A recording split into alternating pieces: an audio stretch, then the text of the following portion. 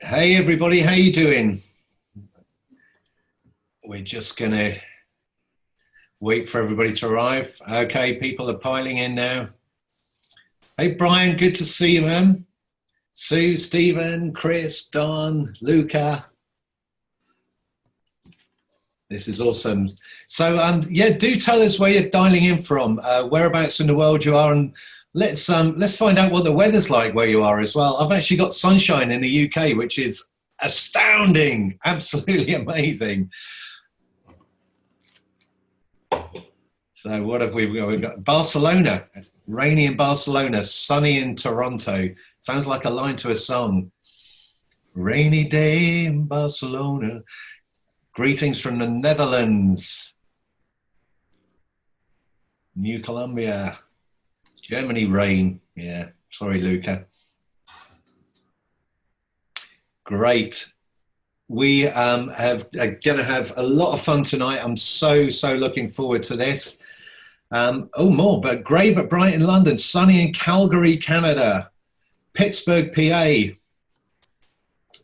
Fantastic. Cold in Connecticut. Cold in Connecticut. There's a song line for you. Yeah, we're going to have so much fun today. I'm so looking forward to it. This is a real pleasure for me. We've got the wonderful Rick Barker with us. Say hi, Rick. Hello, hello. Excellent. Hands up, everybody. Say hi to Rick. Give him a big wave. Awesome. So we've got a bunch of questions coming through as well. Rick and I are just going to be kind of shooting the breeze for the next 90 minutes, talking about our experiences in the music business and about songwriting, whatever you guys want to know about. If you've got a question, please put it in the Q&A box, not in the chat window, because the chat window just scrolls past so quickly we're going to miss you. So if you've got a question, please put it into the Q&A box, and we will endeavour to answer everybody's questions tonight. Talking about the thing that we love the most, which is music and the music business. Rick and I have recently been chatting and found out that we're very much singing off the same hymn sheet here. And well, there's a couple people I see here that are mutual clients of both of ours. I see Todd's here and Rich Koski, Todd Sarvis and stuff. So they'll be bored hearing me. They've heard me a lot, but I'm excited to be able to inspire, encourage. You know, I think something that you said earlier, Martin, which really stuck with me, was that it was in the vein of everyone's allowed to dream.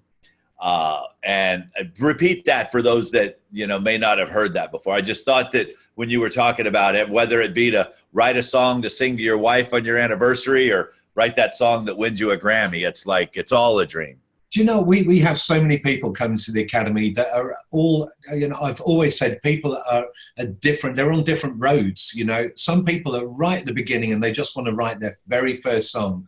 Some people just want to write a song that gets their parents' approval, God love them. And other people want to write a song that's going to be performed at Madison Square Gardens and, you know, be #1 across the world. And nobody should be discounted from having this dream, whatever it is. You know, there's no room for snobbery in the music business. There just isn't. You don't have to be a 15-year-old girl with half a kit off, or 16-year-old with half a kit off, or, you know, the handsome male model, or any of this stuff. It's like everybody has the right to make music and to make music that they're proud of, and everybody deserves the help that they can get. That's my view on it. Well, and I also tell people, too, that no two artists' career paths have ever been the same.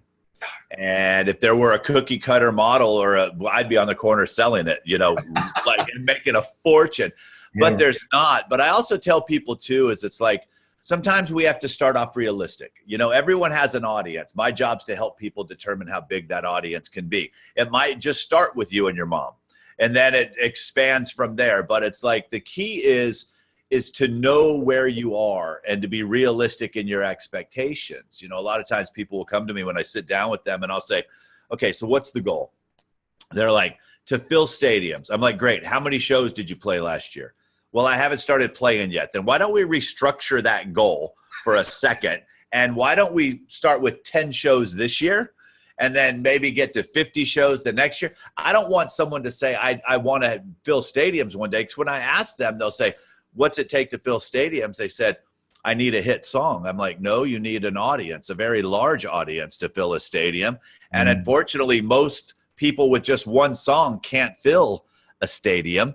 It takes multiple songs in order to build up that repertoire to be able to do this. So a lot of times what I find is I find myself balancing folks' expectations.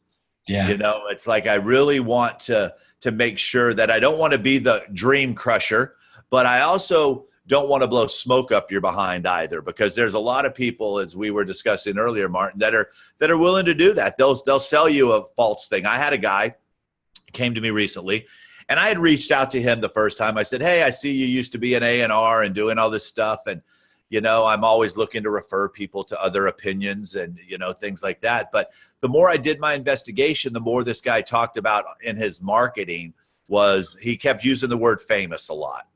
And I don't use the word famous at all, because that's not a skill set that can be taught.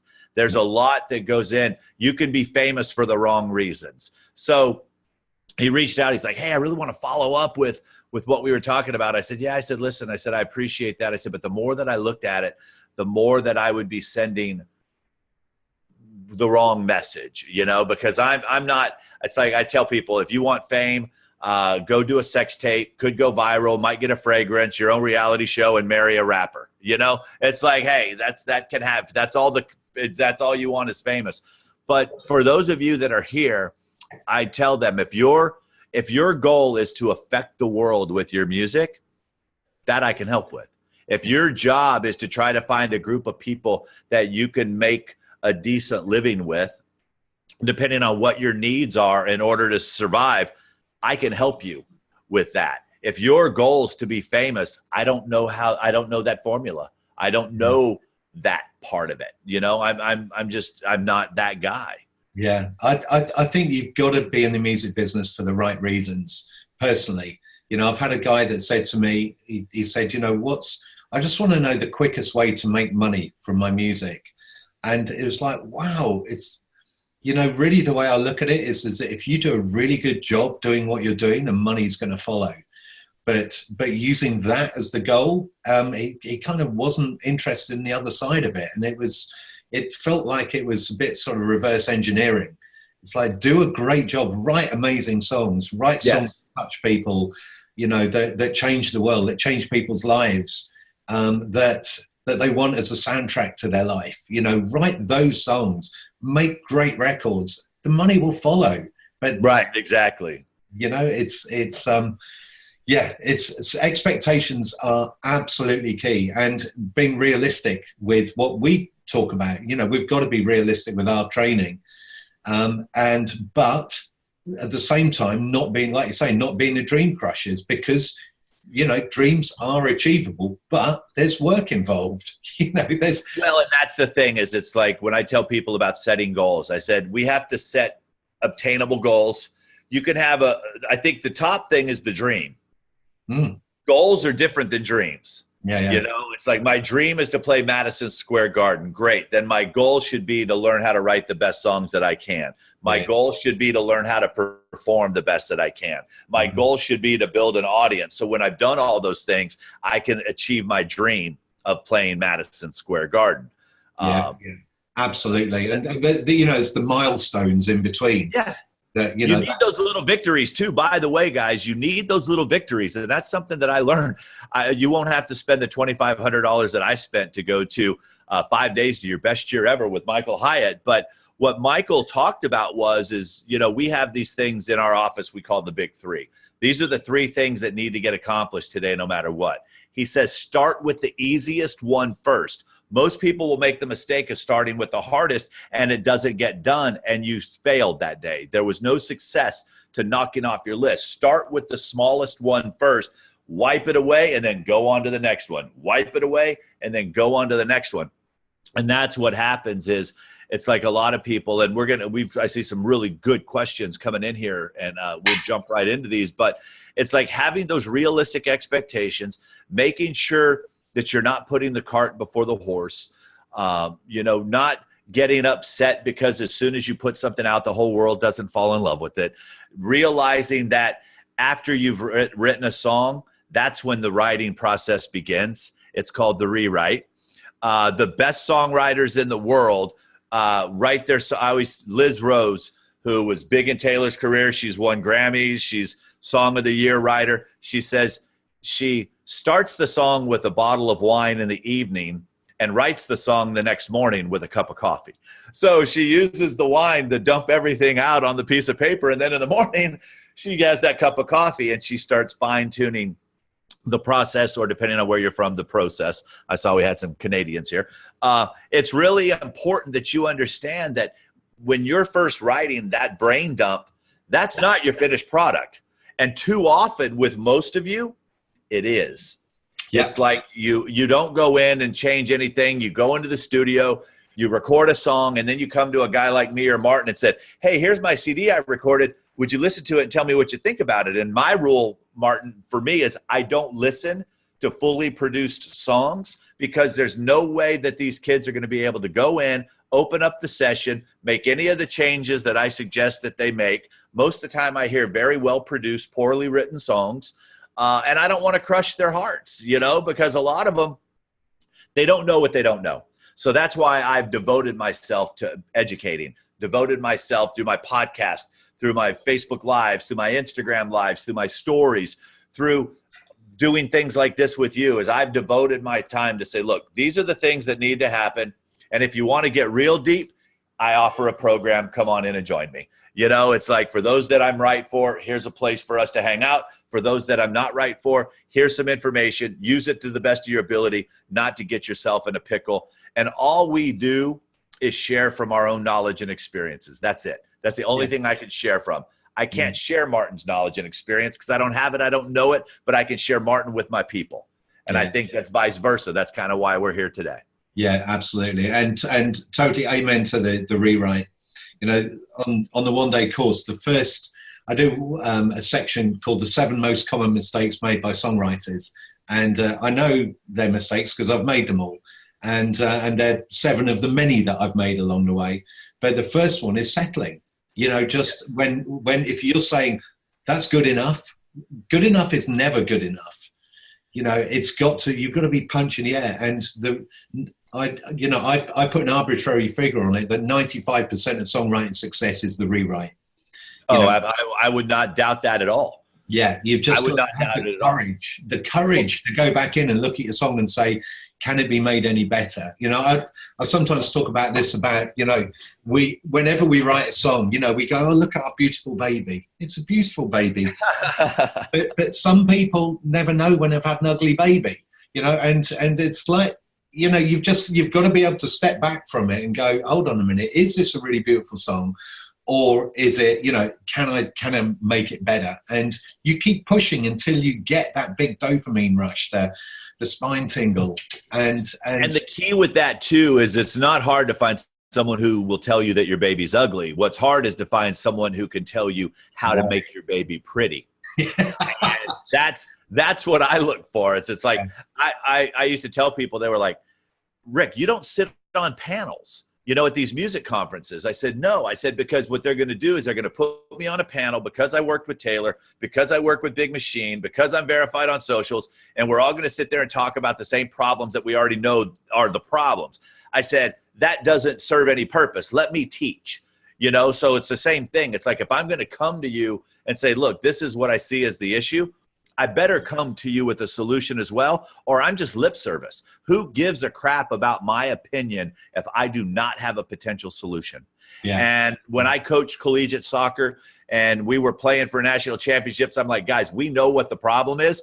Come with the potential solution. There's enough in us. We're smart enough. We'll figure something out. So one of the things that I want to tell you today, before I start answering these questions, first, it's an honor to be here.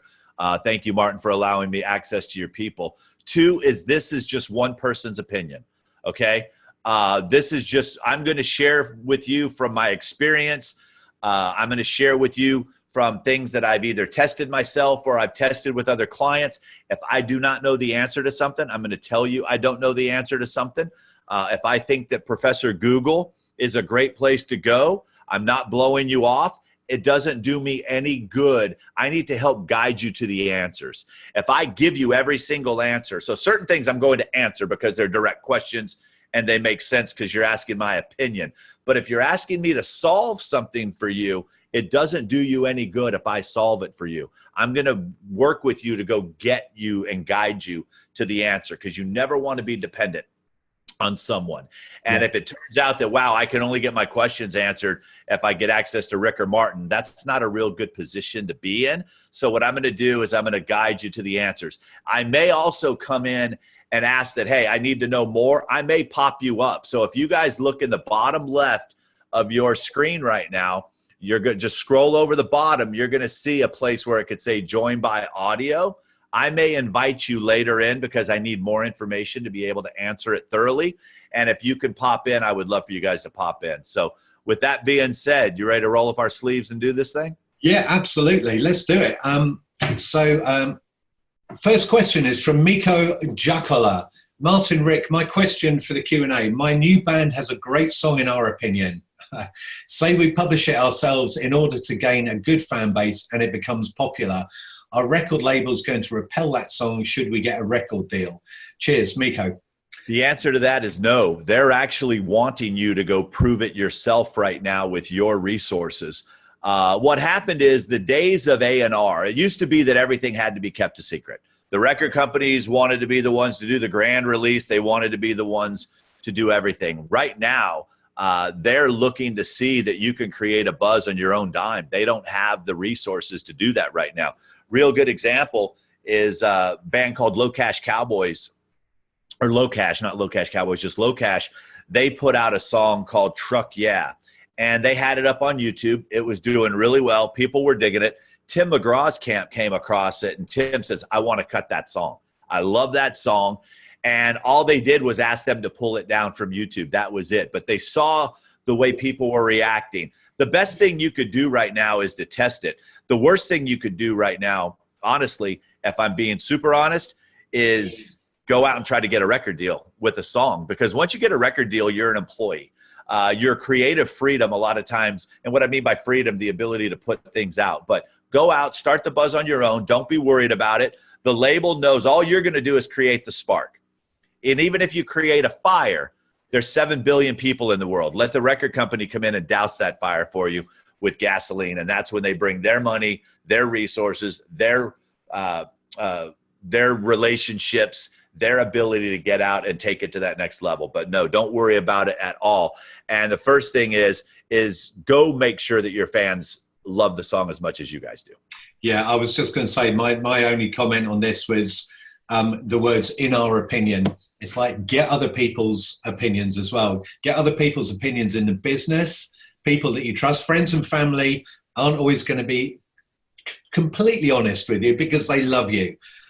Sometimes people have got very candid parents, but most of the time they're gonna sort of put a little bit of cotton wool around it. So go out and make sure that song is great. Don't always something too, and this is kind of looking at behind the scenes. If you post it to your socials and you're getting comments, but you are not getting shares, that's people being nice to you. If they truly believe in something, they're going to share it with their friends. Yeah. So if you don't see any shares, they're not quite there yet. Take a look at those numbers as well. Don't go by comments and likes and thumbs ups and hearts and all that stuff. Is someone, because that's what Spotify looks at. Are people downloading it to their own playlist, and are they sharing it? Those are the two factors that they're looking at. You should be looking at the same thing when you post to socials. Yeah, great advice. Great advice. Fantastic. Let's move on to the second question from Erwin Cruz. Hi, Erwin. Good to see you again. I have a question about promoting your music on a local versus global level. So if you're a singer-songwriter without a record label and would like to start building an engaged fan base, which is the better option to start? Either number one, running a campaign to first promote your music on a local level, run Facebook ads targeting your own city, and then later scale up? Or is it better to do it globally first and cast that wide net, then assess which locations have responded to your initial music campaign? It's a great question. Mm-hmm. So what do you think about that, Rick? Local. I think that I cast the net wide right away. The reason for that is because the internet's allowed us to do that. Also, too, what it does is it allows you to see who's really buying into your stuff, because you can always cast wide, and then when you are doing a live show, you can run an ad and focus narrow. And it's hard too. Like in Nashville, man, it is really hard to get local people out to do anything. They're so overwhelmed with how much stuff's going on right now. But right now, what I teach in my program is we're doing Facebook Lives. We're doing Instagram Lives. I got a girl right now made almost $200,000 last year doing Facebook Lives, playing to the world every day. So if the world is at your fingertips, why not deliver it to the world? So I would use the internet as a way to start building an audience, as a way to start getting better, as a way to find where those pockets of people are that you can ultimately go and tour. But I say cast as wide a net as possible right now. I'll give you guys two real good examples of what the internet did with us. Think about this. Had Adele or Sam Smith not put it out there on the internet on a worldwide scale, would they ever have made it to the United States at that particular time that they were coming out? And I'll explain to you why. Here's what the internet did. The internet doesn't have a filter for sexual preference, for weight, for anything. It's all about the quality of the music, because years ago, there's no way before the internet that a homosexual male writing songs about dudes who was overweight would have ever been allowed had he not put his music out into the world first. And they're like, holy crap, we can't stop this, Sam Smith. This thing is flooding and it's going the way that it's going. Adele never would have been Adele in the old guard, because they would have said, well, her weight's an issue.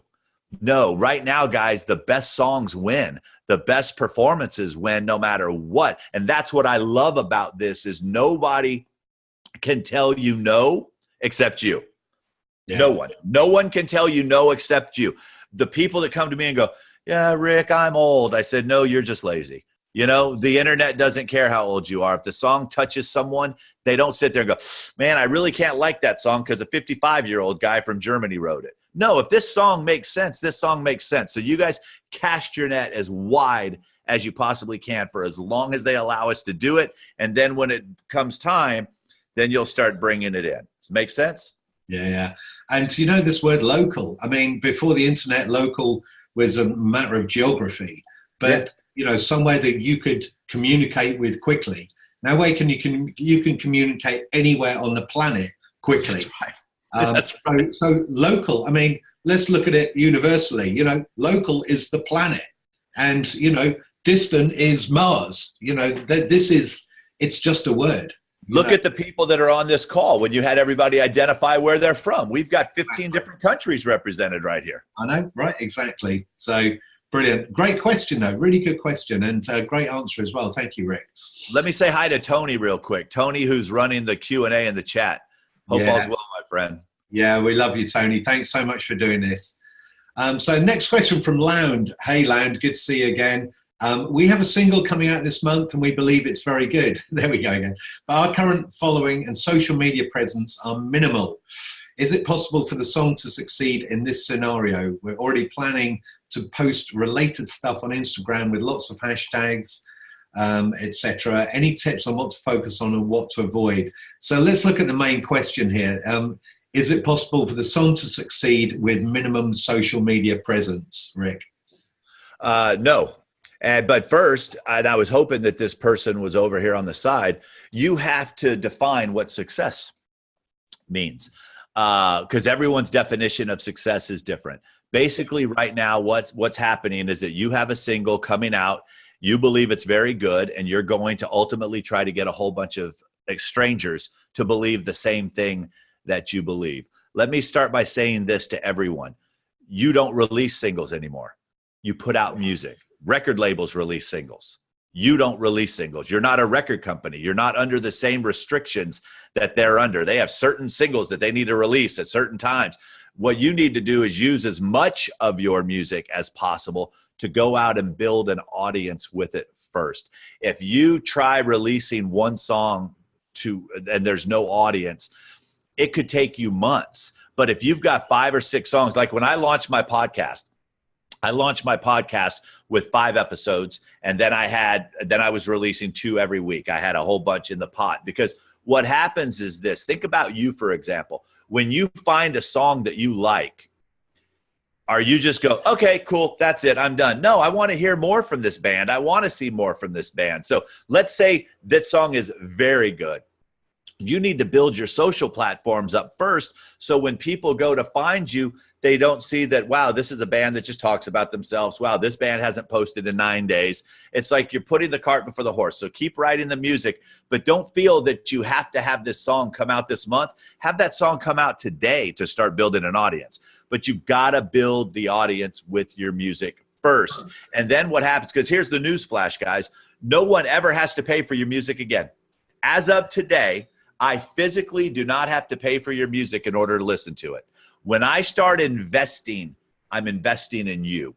I'm investing in our relationship. So here's one of the strategies that I teach, is that take 4 or 5 songs, acoustic songs, start putting them out on your socials, start playing them live on Instagram Live, start playing them on Facebook Live, bring everybody into the fold with these songs, and then say, listen, you know, I get a chance to go in and record a couple tracks. Which ones are your favorites?